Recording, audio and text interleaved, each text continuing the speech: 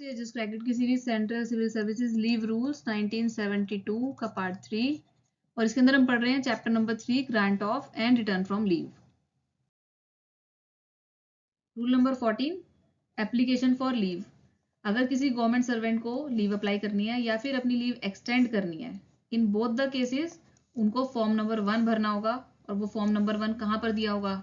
इन leave rules के schedule 2 में, क्योंकि फर्स्ट शेड्यूल के अंदर क्या है? Authorities competent to grant leave. ये जो है,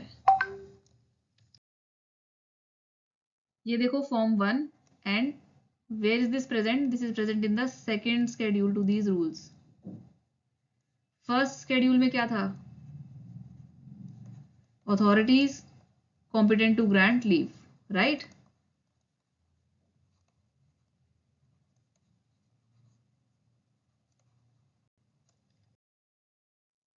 अब इसके आगे एक कंडीशन है कि अगर government servant he is unable to submit that application या फिर मेडिकल सर्टिफिकेट, एप्लीकेशन या फिर मेडिकल सर्टिफिकेट अगर जो गवर्नमेंट सर्वेंट है वो खुद नहीं दे पा रहा है बिकॉज ऑफ हिज डिसेबिलिटी, तो इन दैट केस ये एप्लीकेशन या फिर ये मेडिकल सर्टिफिकेट कौन कौन दे सकता है?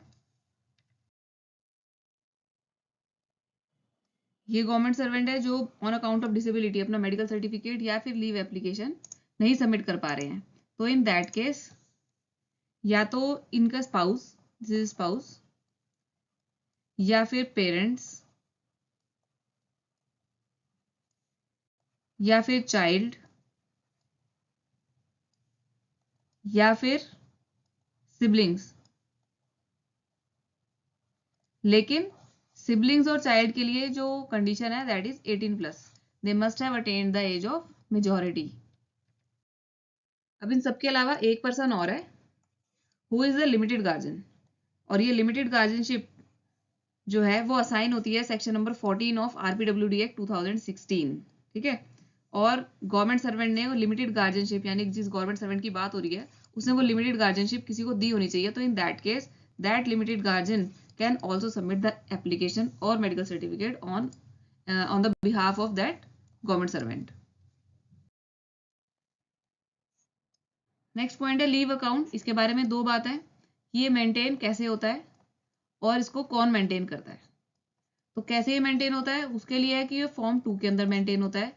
फॉर्म 2 कहाँ पर? शेड्यूल 2 के अंदर दिया हुआ है इन्हीं रूल्स के। और इसको मेंटेन कौन करता है?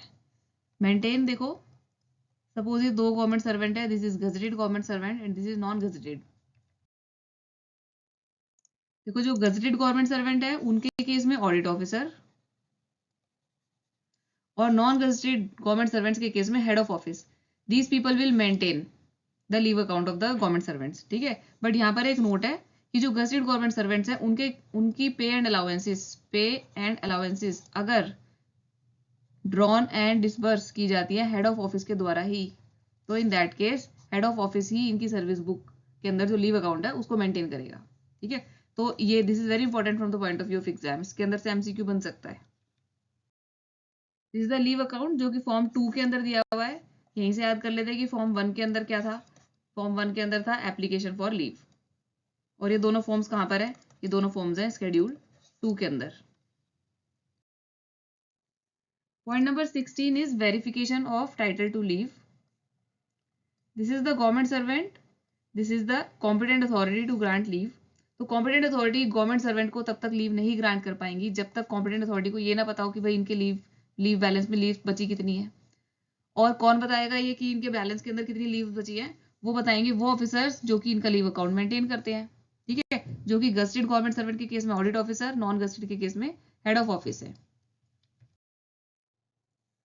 यहाँ पर एक नोट लिखा हुआ है जो कि ये कहता है कि जब कॉम्पिटेंट अथॉरिटी गवर्नमेंट सर्वेंट को लीव ग्रांट कर देंगी तब जो ऑर्डर निकलेगा that order must contain balance leaves.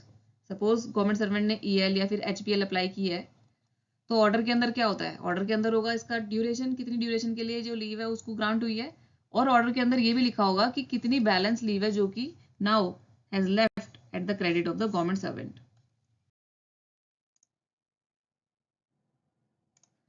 अब सपोज कॉम्पिटेंट अथॉरिटी के पास यहाँ से वो रिपोर्ट नहीं आ पा रही जिस रिपोर्ट के अंदर ये होगा कि गवर्नमेंट सर्वेंट के पास लीव कितनी बची हुई है, और इस वजह से गवर्नमेंट सर्वेंट की लीव अप्रूव होने में अनड्यूली डिले हो रहा है, तो इन दैट केस जितनी भी इंफॉर्मेशन इन कॉम्पिटेंट अथॉरिटी के पास हो कि पिछले ऑर्डर में से वो देख लें, या फिर कहीं से भी उनके पास अगर ये इन्फो हो कि हाँ इनके बैलेंस में लीव बची हुई होगी, तो इन दैट केस 60 डेज तक की लीव का प्रोविजनल सैंक्शन किया जा सकता है। That means without the information about the balance of leaves at the credit of government servant, competent authority can grant him provisionally leave of 60 days, not exceeding 60 days. ठीक है, तो this is also very important from the point of view of examination. Next आ जाते हैं, देखो next point is very logical. ये this is a government servant और इनको competent authority ने without knowing the balance of the leave इनको leave sanction की थी, तो of course that must be verified. That leave must be verified by whom? Head of office या फिर audit officer, जो कि उस टाइम पे उनको लीव का बैलेंस का अकाउंट नहीं दे पाए थे। तो जो भी लीव प्रोविजनली सैंक्शन होगी वो सब्जेक्ट टू द वेरिफिकेशन होगी, और इन केस कुछ भी लीव कम पाई जाती है तो एक मॉडिफाइड सैंक्शन भी निकलेगा for the period of leave. Then suppose this is a gazetted government servant जिनका कि लीव अकाउंट मेंटेन करता है audit officer. Now competent authority अगर ऑडिट ऑफिसर को रिक्वेस्ट करे on the request of the competent authority only, the audit officer can issue a provisional leave salary slip to the gazetted government servant. ये आपका point number C है। अब यहाँ पर एक नोट और लिखा हुआ है कि अगर government servant is proceeding on LPR leave preparatory to retirement, या फिर रूल 39 के अंदर उनको लीव इनकैशमेंट मिलना है। रूल 39 हम पढ़ेंगे बाद में, जिसके अंदर की रिटायरमेंट या फिर रेजिग्नेशन वगैरह के टाइम पे किस हिसाब से लीव इनकैशमेंट होती है, वो सब रूल 39 के अंदर दिया हुआ है।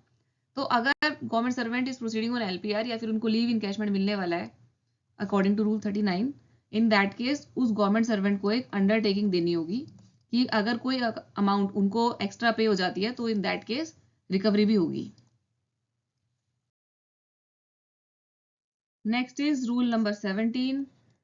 सपोज ये गवर्नमेंट सर्वेंट जो है वो डिसमिस होने वाले हैं, या फिर इनका रिमूवल फ्रॉम सर्विस होने वाला है, या फिर कंपलसरी रिटायर होने वाले हैं एज पनिशमेंट, यानी कि इनकी जो पनिशमेंट है डिसाइड हो चुकी है, दिस इज डिसाइडेड, तो इन दैट केस उनको कोई लीव नहीं ग्रांट की जाएगी। ठीक है, पनिशिंग अथॉरिटी ने इनकी पनिशमेंट को डिसाइड अगर कर लिया है, डिसमिसल, रिमूवल या फिर कंपलसरी रिटायर, तो in that case leave should not be granted in these circumstances. 18th point is deleted. Next पर आते हैं। 19th point is grant of leave on medical certificate to gazetted and non-gazetted government servant. Suppose this is a gazetted government servant who wants to apply a medical leave.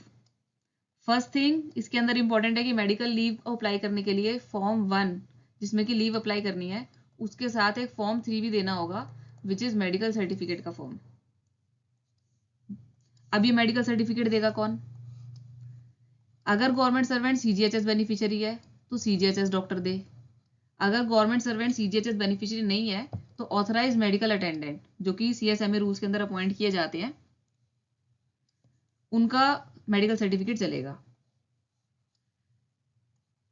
अब अगर government servant जो है वो hospitalise भी हुआ है तो in case of hospitalization private empanelled hospital, इनके भी जो रिकॉग्नाइज डॉक्टर है, यानी प्राइवेट इम्पैनल्ड हॉस्पिटल सीजीएचएस के थ्रू इम्पैनल्ड या फिर सीएसएमए रूल्स के अंदर जो रिकॉग्नाइज्ड हॉस्पिटल्स हैं, उनके डॉक्टर्स का भी मेडिकल सर्टिफिकेट जो है वो इस गजेटेड गवर्नमेंट सर्वेंट को अपनी मेडिकल लीव के साथ अकम्पनी करना होगा। नेक्स्ट आ जाते हैं। अब इन्होंने एक सिचुएशन बताई है कि suppose gazetted government servant who is also CGHS beneficiary, ये जो है वो at the time of illness CGHS covered area में नहीं है, या तो किसी ड्यूटी की वजह से वो हेडक्वार्टर से बाहर गए थे, या फिर any how he is not in CGHS covered area, इसके अंदर नहीं है वो। तो अगर इस एरिया से बाहर वो इल पड़ गए हैं, इन दैट केस एएमए से प्रोड्यूस किया हुआ medical certificate in form 3 and form 5 वो सबमिट करेंगे। ये फॉर्म 3 है जिसके अंदर फॉर्मेट है मेडिकल सर्टिफिकेट का for gazetted government servants, and then this is form 5 जो कि फिटनेस सर्टिफिकेट है। इस पॉइंट पे आते हैं। अब देखो सबसे पहले फॉर्म्स रिवाइज करो। फॉर्म 1 था लीव एप्लीकेशन के लिए, फॉर्म 2 था लीव बैलेंस, लीव का अकाउंट जो था वो किस में मेंटेन होता है। फॉर्म 3 हमने पढ़ा medical certificate for gazetted government servants, और फॉर्म 5 हमने देखा फिटनेस सर्टिफिकेट। तो फोर्थ को हम खुद ही गैस कर सकते हैं भाई, यहाँ पे गजेटेड गवर्नमेंट सर्वेंट का मेडिकल सर्टिफिकेट का फॉर्मेट आ गया, तो फॉर्म 4 के अंदर क्या होगा, नॉन गजेटेड गवर्नमेंट सर्वेंट्स के लिए जो मेडिकल सर्टिफिकेट का फॉर्मेट है वो फॉर्म 4 में दिया हुआ है। अब देखो बाकी की चीजें सेम ही है। This is the non gazetted government servant, तो वो फॉर्म 1 के साथ फॉर्म 4 लगाएंगे, देन फिटनेस सर्टिफिकेट लगाएंगे जब वो फिट होकर ड्यूटी पर वापस आएंगे। अब इनका जो फॉर्म 4 है वो कौन देगा, अगर ये government servant again CGHS beneficiary है तो सीजीएचएस का डिस्पेंसरी के डॉक्टर या फिर कोई भी गवर्नमेंट हॉस्पिटल के डॉक्टर्स, गवर्नमेंट हॉस्पिटल के डॉक्टर्स जो है वो गजेटेड गवर्नमेंट सर्वेंट के केस में भी एप्लीकेबल होता है। या फिर अगर वो सीजीएचएस बेनिफिशियरी नहीं है तो इन दैट केस एएमए, जो भी एएमए उन्होंने अपने लिए अपॉइंट किया हुआ होगा under CSMA rules. Then again अगर उनका इंडोर ट्रीटमेंट है, अगर वो एडमिट हुए हैं, तो जो मेडिकल सर्टिफिकेट है वो सीजीएचएस एम्पैनल्ड हॉस्पिटल या फिर सीएसएमए रूल्स के अंदर जो रिकॉग्नाइज्ड हॉस्पिटल्स हैं उनसे, उनके डॉक्टर से आएगा। इसके अंदर मेन पॉइंट्स मार्क कर लेते हैं। फर्स्ट थिंग, हम नॉन गजेटेड गवर्नमेंट सर्वेंट की बात कर रहे हैं, वो फॉर्म 4 के अंदर जो फॉर्मेट है उसके अकॉर्डिंग मेडिकल सर्टिफिकेट देंगे। वो मेडिकल सर्टिफिकेट कौन उनको बना के देगा, सीजीएचएस डिस्पेंसरी, गवर्नमेंट हॉस्पिटल या फिर AMA if he is not a CGHS beneficiary, and in case of hospitalization तो डॉक्टर ऑफ प्राइवेट हॉस्पिटल जो कि सीजीएचएस के अंदर रिकॉग्नाइज्ड है या फिर सीएसएमए रूल्स के अंदर रिकॉग्नाइज्ड है। सीजीएचएस एम्पैनल्ड हॉस्पिटल के जो डॉक्टर हैं इन केस ऑफ हॉस्पिटलाइजेशन वो देंगे मेडिकल सर्टिफिकेट का फॉर्म।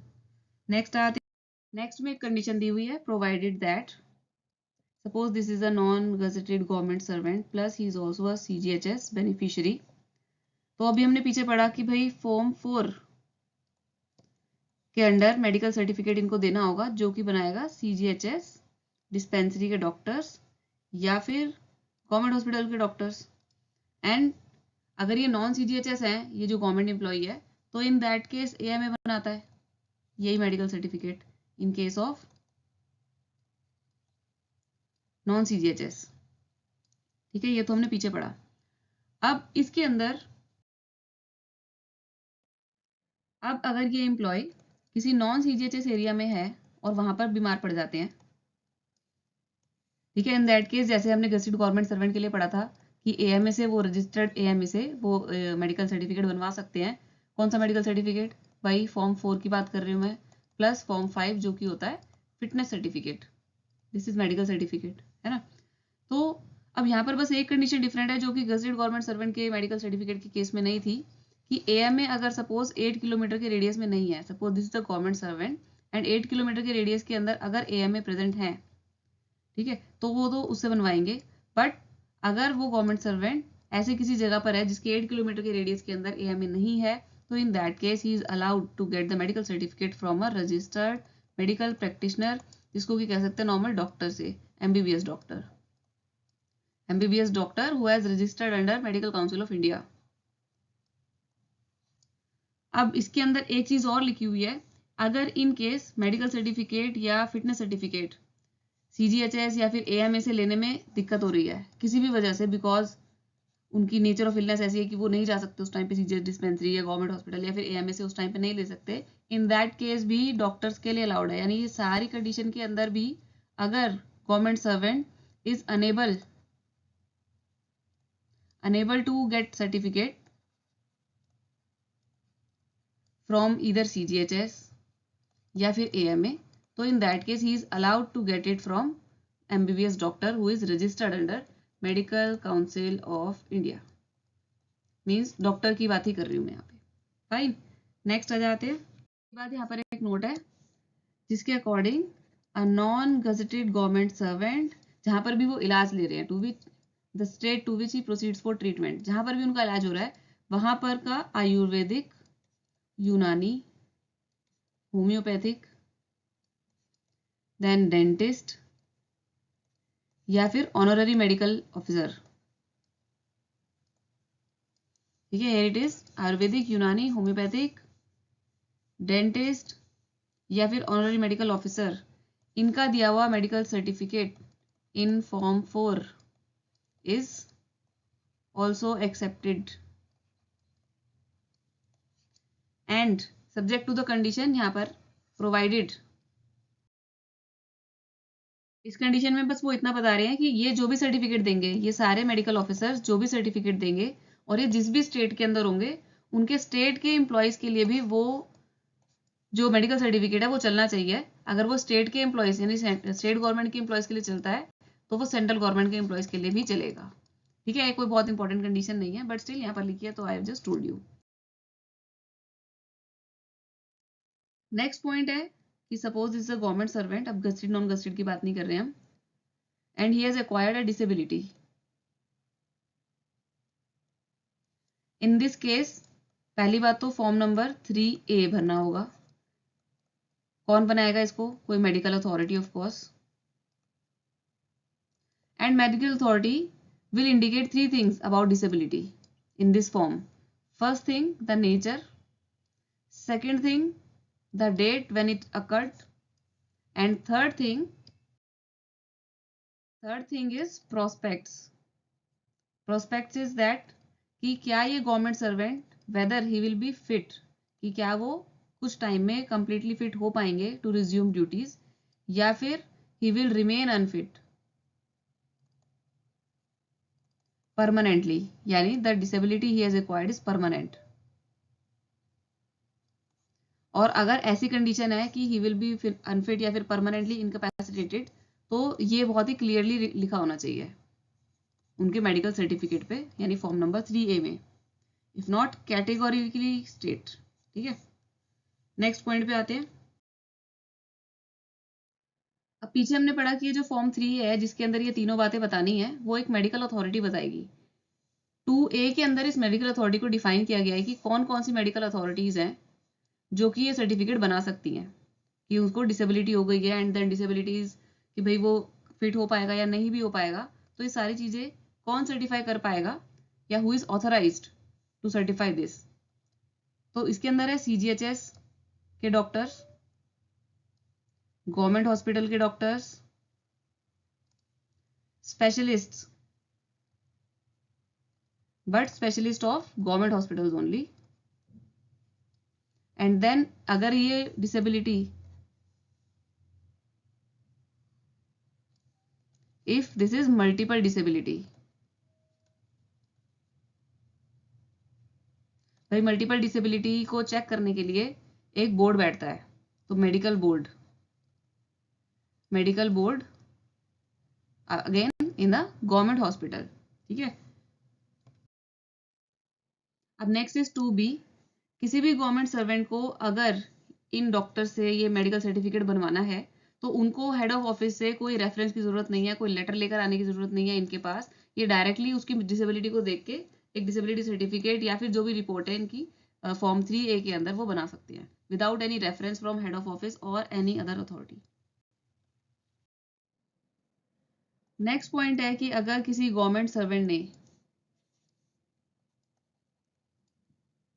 मेडिकल सर्टिफिकेट पर लीव ली है, in that case competent authority to grant leave can get a second medical opinion from a government medical officer who is not below the rank of civil surgeon. यानी competent authority चाहे तो किसी civil surgeon या फिर staff surgeon से उनका re-medical करा सकते हैं to check whether this medical certificate submitted by the government servant is correct or not. जो मेडिकल करा रहे हैं उनकी ये रिस्पॉन्सिबिलिटी होगी टू एक्सप्रेस ओपिनियन. वो अपना ओपिनियन बताएंगे किन किन चीज़ों पे, कि जो इलनेस उस मेडिकल सर्टिफिकेट में लिखी हुई थी उसके ऊपर उनका क्या ओपिनियन है. एंड सेकेंड थिंग कि कितनी लीव इनको रिकमेंड की जा सकती है, facts of the illness and necessity for the amount of leave recommended. अब इसके लिए अगर ये चाहें तो इस गवर्नमेंट सर्वेंट का अपने पास रीमेडिकल कर सकते हैं या फिर ये किसी दूसरे मेडिकल ऑफिसर को अपॉइंट कर सकते हैं to get the remedical of this government officer done. Next point है कि खाली मेडिकल सर्टिफिकेट का मिलना काफ़ी नहीं होगा किसी गवर्नमेंट सर्वेंट के लिए. वो मेडिकल सर्टिफिकेट जो है it should be accepted by authority competent to grant leave. And when this authority who is competent to grant leave accepts कि हाँ भाई ये मेडिकल सर्टिफिकेट ठीक है, then he will issue an order, जो कि लीव सैंक्शन करने के बाद जो ऑर्डर निकलता है, तो लीव कौन सी काउंट होगी इसके लिए एक ऑर्डर निकलेगा। देन 6 पॉइंट है कि जो ये अथॉरिटी है, competent authority, he can allow a government servant कि वो मेडिकल सर्टिफिकेट अगर नहीं ला पाए हैं, यानी गवर्नमेंट ऑफिसर ने तो मेडिकल लीव अप्लाई की थी but he is unable to produce a medical certificate, तो 3 दिन के लिए for a period not exceeding 3 days, that means a government servant gets ill for 2 days only, और वो मेडिकल सर्टिफिकेट जो है वो प्रोड्यूस नहीं कर पा रहा है, then the competent authority can waive off this condition of production of medical certificate.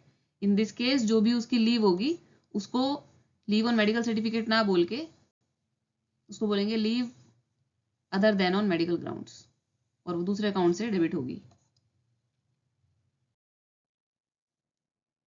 Next है, अभी हमने पीछे एक रूल में देखा कि अगर गवर्नमेंट सर्वेंट ने डिसेबिलिटी एक्वायर कर ली है तो जो मेडिकल अथॉरिटी है वो अपना ओपिनियन बताएंगे कि भाई प्रोस्पेक्ट्स क्या है कि वो गवर्नमेंट सर्वेंट क्या कभी फिट हो पाएगा या नहीं। अगर उनको ऐसा लगता है कि this government servant will never be fit and never return to duty, तो in that case leave should not be refused.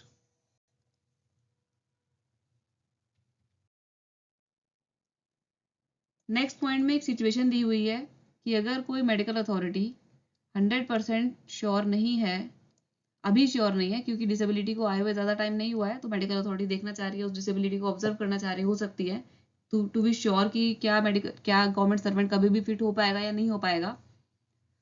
तो in this case when medical authority is not 100% sure, तो तब जो कॉम्पिटेंट अथॉरिटी है वो maximum 12 months की leave grant कर सकती है, और अगर इसको एक्सटेंड करना है तो सिर्फ मेडिकल अथॉरिटी के दोबारा से उनसे ओपिनियन लेना पड़ेगा, उसके बाद ही इस लीव को एक्सटेंड किया जा सकता है।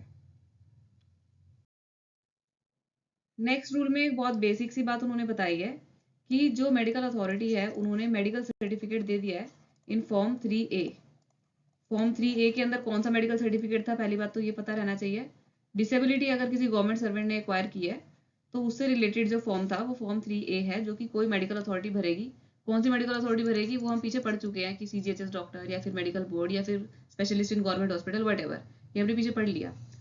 अब वो ये कह रहे हैं कि जब ये मेडिकल सर्टिफिकेट इस गवर्नमेंट सर्वेंट को मिल जाएगा, इन दैट केस जो पिछली लीव उनकी डेबिट हुई होगी, सपोज इस गवर्नमेंट सर्वेंट ने लीव अप्लाई की थी ऑन एक्वायरिंग डिसेबिलिटी बट अभी तक मेडिकल सर्टिफिकेट नहीं मिला था, तो इन दिस केस ये वाली जो लीव इनको ग्रांट हुई थी मेडिकल सर्टिफिकेट के मिलने से पहले, ये लीव वापस उनके अकाउंट में क्रेडिट हो जाएगी, और मेडिकल सर्टिफिकेट मिलने के बाद जो उनको मेडिकल लीव, क्योंकि he will be entitled to get medical leave, तो ये वाली मेडिकल लीव जो है this will count now.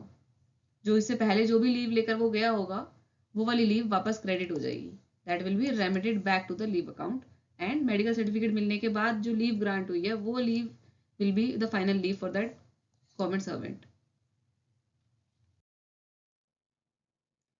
Next point बस ये कहता है कि अगर गवर्नमेंट सर्वेंट ने डिसेबिलिटी एक्वायर की है एंड उसके वजह से उनको लीव ग्रांट की गई है, दैट मीन्स उनके जो मेडिकल सर्टिफिकेट है which certifies the form 3A certifies कि हाँ भाई उन्होंने डिसेबिलिटी एक्वायर की है, and that form is accepted by the competent authority, in that case जो RPWD एक्ट 2016 है उसके सेक्शन 20 के अंदर जो भी प्रोविजंस है वो इस गवर्नमेंट सर्वेंट पर लगेंगे, and that section 20 deals with non discrimination in employment, कि PWBD कैंडिडेट्स के साथ या गवर्नमेंट सर्वेंट्स के साथ कोई डिस्क्रिमिनेटरी बिहेवियर नहीं होना चाहिए। रूल नंबर 21 बस ये बताता है कि लीव कब से शुरू और कब से खत्म मानी जाएगी। तो भाई जो गवर्नमेंट सर्वेंट है उसने जिस दिन अपना ट्रांसफर ऑफ चार्ज किया होगा अपने लिंक ऑफिसर को उस दिन लीव स्टार्ट, एंड जिस दिन उन्होंने चार्ज रिज्यूम किया उस दिन leave over. Next point, rule 22 is combination of holidays with leave. किसी गवर्नमेंट सर्वेंट ने मंडे टू फ्राइडे की लीव ली है, हम EL की बात कर रहे हैं, other than leave on medical certificate की बात कर रहे हैं फिलहाल, सपोज EL ली है उन्होंने, तो जो पीछे के तुम्हारे प्रीसीडिंग सैटरडे संडे है और जो कमिंग सैटरडे संडे है उन डेज के लिए the government servant is automatically permitted to be absent. ठीक है, तो this is prefix and this is suffix. ये कहता है रूल नंबर 1 का फर्स्ट पॉइंट। देन इसके बाद उन्होंने कुछ कंडीशन बताई है। ये कंडीशंस ये बताती हैं कि किन केसेस के अंदर ये जो प्रीफिक्स और सफिक्स है ये ऑटोमेटिकली अलाउड नहीं होते हैं। फर्स्ट पॉइंट के अंदर भी एक एक्सेप्शन लिखा हुआ है कि अगर किसी गवर्नमेंट सर्वेंट के लिए ऑर्डर ही निकला है कि उनकी सैटरडे संडे की जो छुट्टी है इट इज़ विदहेल्ड, स्पेसिफिकली उनकी विदहेल्ड की गई है, या फिर ये स्पेशली उनकी ड्यूटी लगाई गई है सैटरडे संडे के दिन, तब वो ऑटोमेटिकली अलाउड नहीं होगा, तब वो आप प्रीफिक्स नहीं करोगे ऑफकोर्स। देन ए पॉइंट ये बताता है कि गवर्नमेंट सर्वेंट का चार्ज अगर मनी या सिक्योरिटी से हैंडल करने का है तो भी उनके ऊपर ये प्रोविजंस अप्लाई नहीं होते। नेक्स्ट, अगर वो प्रीफिक्स या फिर सफिक्स कर रहे हैं अपनी छुट्टी को, तो बी और सी पॉइंट ये बताते हैं कि उनका अर्ली डिपार्चर, यानी वो सैटरडे से अपनी छुट्टी शुरू कर रहे हैं और नेक्स्ट संडे को छुट्टी खत्म कर रहे हैं इसको प्रीफिक्स और सफिक्स करके, तो इससे कॉरेस्पॉन्डिंगली उस बंदे पे फर्क नहीं पड़ना चाहिए जो बंदा उसकी ड्यूटी परफॉर्म करेगा for the period of his absence, इस पे फर्क नहीं पड़ना चाहिए। फर्स्ट पॉइंट में जो हमने बात की है कि प्रीफिक्स और सफिक्स जो लीव के साथ होगा वो अलाउ हो जाएगा, ठीक है, बट उसके अंदर जो लीव थी वो मेडिकल सर्टिफिकेट वाली लीव नहीं थी, इसके लिए अलग से उन्होंने रूल बताया है कि अगर लीव मेडिकल सर्टिफिकेट पर ली गई है तो प्रीफिक्सेस और सफिक्सेस जो है वो किस तरीके से अलाउ किए जाते हैं। इसको समझने के लिए सपोज कोई मंथ हम एज्यूम करते हैं,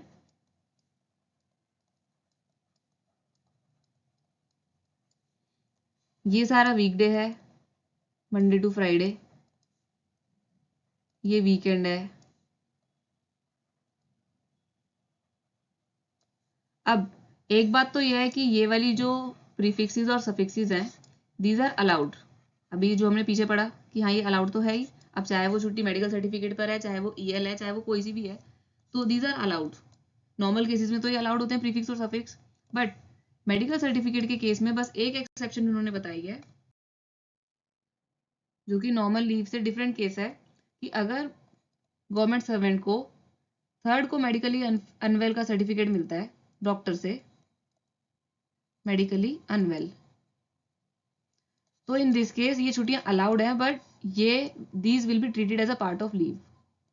उसकी लीव जो है वो फर्स्ट से काउंट की जाएगी, ट्रीटेड एज लीव। प्रीसीडिंग, उसके प्रीसीडिंग डेज, जिस दिन उसने मेडिकली अनवेल का सर्टिफिकेट दिया है उसके preceding days will be treated as leave. And second point says कि अगर गवर्नमेंट सर्वेंट को 10th को फिटनेस सर्टिफिकेट मिल रहा है डॉक्टर से कि now he is fit to join the duty and he joins the duty on 10th only, तो भाई ये वाली जो दोनों दिन की छुट्टियां हैं, ये दोनों दिन जो सफिक्स हुआ था उसकी छुट्टी के साथ, इसको भी it will be treated as leave. I think I am clear. Basically वो ये कहना चाह रहे हैं कि भाई क्योंकि वो फिट 10 तारीख को हुआ है तो यानी 8-9 को बीमारी था ना, तो इसलिए ये वाली जो छुट्टियां हैं ये this will be treated as leave. But अगर उसको फिटनेस सर्टिफिकेट सपोज 7th को ही मिल जाता, डॉक्टर ने पहले लिख के दे दिया कि भाई 7 को he is fit to join the duty, but क्योंकि अब हॉलीडेज हैं तो ज्वाइन तो वो 10th को ही करेगा, तो in that case this will not be treated as a part of leave. तो इट डिपेंड्स कि उसको फिटनेस सर्टिफिकेट किस दिन मिल रहा है। अभी पीछे हमने पढ़ा कि भाई जो प्रीफिक्स और सफिक्स होते हैं लीव्स के वो अलाउड होते हैं, ऑटोमेटिकली अलाउड होते हैं, बट उस गवर्नमेंट सर्वेंट का जो काम है वो सिक्योरिटीज या मनी की हैंडलिंग का नहीं होना चाहिए। अगर उस गवर्नमेंट सर्वेंट का काम सिक्योरिटीज की हैंडलिंग या फिर मनी की हैंडलिंग का है, तो इन दैट केस एचओडी उनके लिए इस कंडीशन को रिलैक्स कर सकते हैं कि दे कैन प्रीफिक्स और सफिक्स, मतलब ऑटोमेटिकली उनके लिए भी जो लीव का प्रीफिक्स और सफिक्स है वो अलाउ हो जाएगा। तो इसकी डिस्क्रिप्शन किसको है? एचओडी को। He can wave this clause. ठीक है, थर्ड पॉइंट पे आते हैं। थर्ड का पॉइंट ए और बी एक ही एग्जाम्पल से समझ आ जाएगा। This is a government servant जिसका इंक्रीमेंट लगता है 1 जुलाई को, और वो जून 28, 29, 30 की छुट्टी ले लेता है, और जुलाई 1st एंड 2nd को सैटरडे संडे पड़ जाता है। 3rd is Monday. अब इस दिन वो उसने क्योंकि छुट्टी ग्रांट करा ली है 28, 29, 30 की, then he will join on 3rd only. तो इन दिस केस बिकॉज छुट्टियां जो है वो सफिक्स हुई हैं, when these holidays are treated as suffix, तो इन दैट केस अगर वो 3 को ज्वाइन करता है तो भी उसका इंक्रीमेंट यानी पे एंड अलाउंसेस का जो रीअरेंजमेंट है it will take effect 1st से ही। बट अगर गवर्नमेंट सर्वेंट ने जुलाई 1 और 2 को हमने बोला सैटरडे और संडे है। तो अगर गवर्नमेंट सर्वेंट ने 3, 4, 5 की छुट्टी ली थी जुलाई के अंदर और 1 और 2 सफिक्स ना बनने की जगह प्रीफिक्स बन गए हैं, जो हमने ये वाला एग्जाम्पल दिया उसके अंदर तो ये सफिक्स बन रहे थे, बट इस एग्जाम्पल में वो प्रीफिक्स बन गए, यानी छुट्टी से पहले ये दोनों पड़ गए हैं। तो गवर्नमेंट सर्वेंट तो इफेक्टिवली 30 जून के बाद सीधा 6 को ज्वाइन कर रहा है बिकॉज ऑफ हिज लीव्स। तो इन दिस केस जो रीअरेंजमेंट इन पे होगा वो 6 से ही माना जाएगा, 6 से उसका इंक्रीमेंट लगेगा। ठीक है, ये दोनों पॉइंट ये क्लियर करते हैं। अब इस रूल के लास्ट में एक नोट दिया हुआ है कि अगर किसी गवर्नमेंट सर्वेंट ने संडे या फिर किसी हॉलीडे पर ड्यूटी की थी तो इन दैट केस उसको कंपनसेटरी लीव ग्रांट की जा सकती है, and that compensatory leave will be treated as a holiday, क्योंकि उसने हॉलीडे पर ड्यूटी की थी। तो अब इस कंपनसेटरी लीव को भी हॉलीडे की तरह ट्रीट कर लिया जाएगा। रूल नंबर 23 है कि अगर किसी गवर्नमेंट सर्वेंट को लीव एक्सपायर होने से पहले ही बुला लिया गया है वापस ऑफिस, तो फर्स्ट थिंग ये ध्यान में रखनी है कि it should be treated as compulsory, कि अगर लीव एक्सपायर होने से पहले ही बुलाया है तो गवर्नमेंट सर्वेंट को आना ही है, it is compulsory. Second thing, अब क्योंकि उसको बुलाया है तो वो ही will be entitled to some things, वो देखते हैं क्या चीजों के लिए इंटाइटल्ड होगा। फर्स्ट पॉइंट में ये कंडीशन है, ये सिचुएशन है कि गवर्नमेंट सर्वेंट हेडक्वार्टर से within India, suppose Chennai गया हुआ था छुट्टियों पे and now he is recalled to duty, तो जिस दिन वो अपनी जर्नी शुरू करेगा, जर्नी स्टार्टेड, उस दिन से उसको ऑन ड्यूटी माना जाएगा, उस जर्नी का उसको टीए मिलेगा, और तीसरा उस जर्नी पर उसी अकॉर्डिंग लीव सैलरी मिलेगी अगर वो ड्यूटी पर होता तो for these 3 things he will be entitled for. Here it is. First thing, he will be treated as on duty. Second thing, TA will be allowed to him for this journey, and then leave salary until he joins his post. यानी यहाँ से लेके यहाँ तक जो भी वो on duty रहा है बीच में, उसकी लीव सैलरी भी उसको मिलेगी। अब अगर वो गवर्नमेंट सर्वेंट आउटसाइड इंडिया था तब उसको क्या क्या चीजें मिलेंगी वो देखते हैं। सपोज गवर्नमेंट सर्वेंट हेडक्वार्टर से कनाडा घूमने गया, तो क्या खर्चा करा होगा उसने टिकट्स पे? एक्सपेंस 1 हेडक्वार्टर से कनाडा जाने का, एक्सपेंस 2 कनाडा से वापस आने का, और वो छुट्टी जो है सपोज 4 मंथ्स के लिए गया था छुट्टी लेकर। हेडक्वार्टर के पास हम यहाँ पे एक एयरपोर्ट भी बना देते हैं। अब समझो रूल को। सबसे पहली चीज तो हमने ये पढ़ ली थी कि वो कंपलसरी होगा अगर उसको बीच में बुलाया गया तो। दूसरी चीज ऑन ड्यूटी, ऑन ड्यूटी तब से ट्रीट होगा जिस दिन वो यहां से चल दिया वापस आने के लिए। और तीसरी चीज लीव सैलरी उसी तरीके से मिलेगी जैसे पहले उसको मिलती। तो ये तो सेम है कंडीशन जो कि हमने, चाहे वो विद इन इंडिया गया हो चाहे वो आउटसाइड इंडिया गया हो, दीज 3 कंडीशन आर सेम, सिर्फ उसकी इंटाइटलमेंट डिफरेंट हो जाती है अगर वो आउटसाइड इंडिया गया है तो। फर्स्ट थिंग उसको क्या मिलेगा? लीव सैलरी तो हमने बात करी ली। Second thing, free passage to India, यानी कि ये जो एक्सपेंस 2 है ये उसका फ्री हो जाएगा कि वापस आने का खर्चा फ्री मिलेगा। थर्ड थिंग, जो जाने का भी खर्चा हुआ था वो भी उसको फ्री हो सकता है सब्जेक्ट टू द कंडीशन, अगर उसकी जो छुट्टी है वो आधी कंप्लीट नहीं हुई थी, half of the leave period, यानी 4 मंथ्स की छुट्टी लेके गया था और उसको 2 महीने से पहले ही बुला लिया इस केस में, या फिर उसको 3 महीने से पहले बुला लिया। सपोज वो 4 नहीं 8 महीने की छुट्टी लेके गया था, हालांकि इसका आधा 4 होता है, बट अगर उसको 3 महीने से पहले बुला लिया, यानी कंडीशन ये है कि या तो हाफ द लीव पीरियड या फिर 3 months, which ever is shorter. इसमें से किसी भी कंडीशन में उसको वापस बुलाया गया तो उसका जो एक्सपेंस 1 है वो भी फ्री हो जाएगा। एंड देन थर्ड थिंग यानी फोर्थ थिंग सॉरी, एयरपोर्ट से हेडक्वार्टर, यानी जहां पर भी उसने इंडिया में जहां पर भी लैंड किया होगा वहां से लेके हेडक्वार्टर तक का टीए भी उसको मिलेगा। ठीक है, तो इन सारी चीजों के लिए वो इंटाइटल होगा अगर किसी गवर्नमेंट सर्वेंट को आउटसाइड इंडिया से रिकॉल किया गया है लीव से। Rule 24 is return from leave. अगर कोई गवर्नमेंट सर्वेंट 20 दिन की छुट्टी लेके गया था एंड नाउ उस वर्क हैज बीन कंप्लीटेड, तो भाई 15 दिन के अंदर ही वो वापस आना चाह रहा है, तो विदाउट परमिशन वो वापस नहीं आएगा। और किसकी परमिशन? जिस अथॉरिटी ने उनको लीव ग्रांट की थी उस अथॉरिटी की परमिशन के बिना वो वापस ज्वाइन नहीं कर सकता before the expiry of the leave. यह है किसी भी गवर्नमेंट सर्वेंट के केस में। बट जो government servant leave preparatory to retirement पर गया था उनके लिए क्लियरली लिखा हुआ है he shall be precluded, that means completely prevented, कि इनको अलाउ ही नहीं किया जाएगा, नॉट अलाउड। बट अगर अलाउ किया जा रहा है, भाई एक्सेप्शन तो सब जगह होते हैं, अलाउ करने की कोई कंडीशन है तो अलाउ करने की कंडीशन है कि जो इस गवर्नमेंट सर्वेंट की अपॉइंटिंग अथॉरिटी होगी, यहाँ पर तो competent authority to grant leave उन्होंने अलाउ किया था उसको प्रीमेच्योरली ज्वाइन करने के लिए। बट इन केस की government servant leave preparatory to retirement पर LPR पर गया हुआ है तो उनकी जो अपॉइंटिंग अथॉरिटी होगी only he can allow him to join before the expiry of leave preparatory to retirement. क्योंकि लीव जो LPR होती है वो सीधा रिटायरमेंट तक होती है, यानी गवर्नमेंट सर्वेंट जिस दिन तक रिटायर होगा, रिटायरमेंट डेट उसकी जिस दिन होगी वो उस दिन तक के लिए लीव पर चला गया है, ठीक है।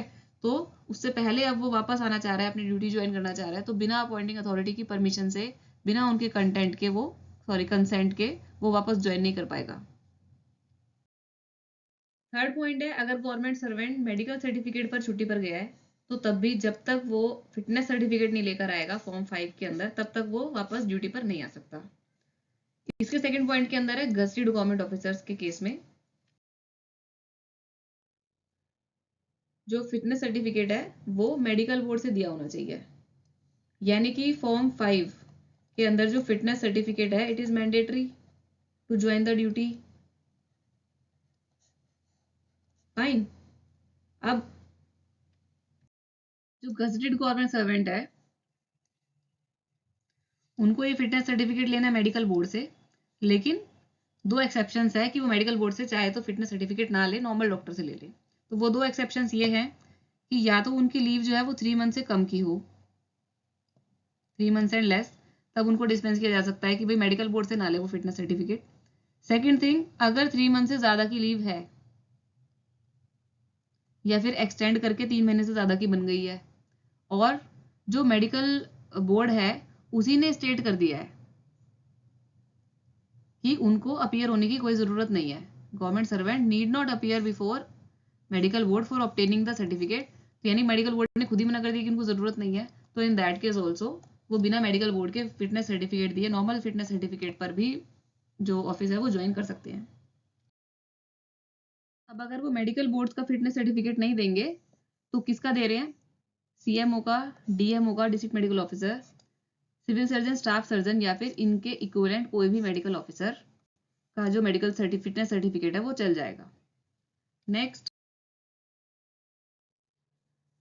जो नॉन गजेटेड गवर्नमेंट सर्वेंट है वो किसी भी डॉक्टर का, यानी इन सब की कोई ज़रूरत नहीं है, वो किसी भी डॉक्टर का रजिस्टर्ड मेडिकल प्रैक्टिशनर यानी जिन्होंने MBBS की होती है उन डॉक्टर्स का भी फिटनेस सर्टिफिकेट वो दे सकते हैं, ठीक है। ये सिर्फ नॉन गजेटेड गवर्नमेंट सर्वेंट्स के लिए अलाउड है।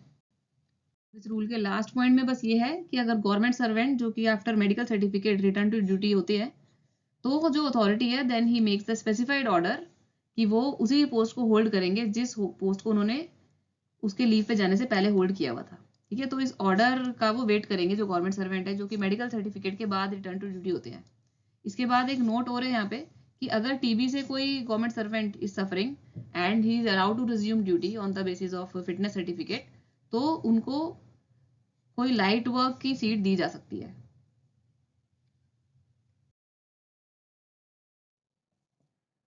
लास्ट रूल है इस चैप्टर का, absence after expiry of leave. This is a government servant जिनकी की लीव एक्सपायर हो गई है सपोज किसी दिन 12 जुलाई को। अब उनके पास क्या क्या कंडीशन है, क्या क्या सिचुएशन हो सकती है, या तो लीव जो है वो एक्सटेंड हो गई हो, यानी जिस अथॉरिटी ने लीव उनकी ग्रांट की थी उस अथॉरिटी ने लीव उनकी एक्सटेंड कर दी है, तब तो ठीक है। अगर लीव एक्सटेंड नहीं हुई है तो इसके बाद का जो पीरियड है वो उसके अंदर HPL उसको ट्रीट कर लेंगे। Such absence that period shall be debited against his leave account as though it were HPL। अब जब तक उसकी HPL चल रही है यानी जितनी उसके पास अवेलेबल थी पहले तो वो एग्जॉस्ट होगी एंड देन उसके बाद उसको EOL ट्रीट किया जाएगा अगर लीव एक्सटेंड नहीं की गई है तो। नेक्स्ट, अगर विलफुल एब्सेंस लग रहा है कि वो जानबूझ के वापस नहीं आ रहा है, तो in that case government servant के ऊपर डिसिप्लिनरी एक्शन हो सकता है। तो this thing is very important. ये कौन से रूल के अंदर है? दिस इज अंडर रूल 25 कि wilful absence after expiry of leave it renders the government servant to the liable to disciplinary action. तो फाइनली हमारा चैप्टर नंबर 3 जो है वो कंप्लीट हो चुका है। Thank you for watching.